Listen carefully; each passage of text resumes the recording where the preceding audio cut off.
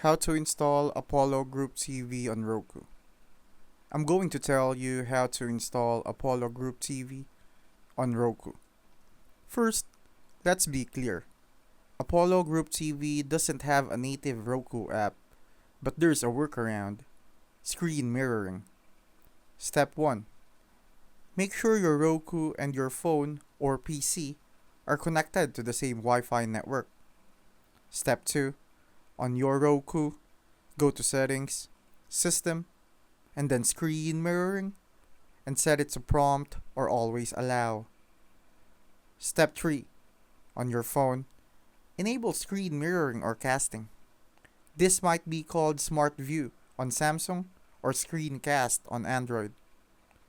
Now open the Apollo Group TV app on your phone.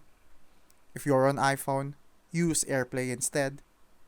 Tap to connect to your Roku device, and the app will show up on your TV screen.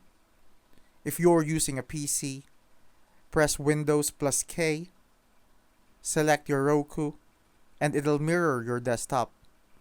Then you can stream through a browser. It's not perfect, but it works.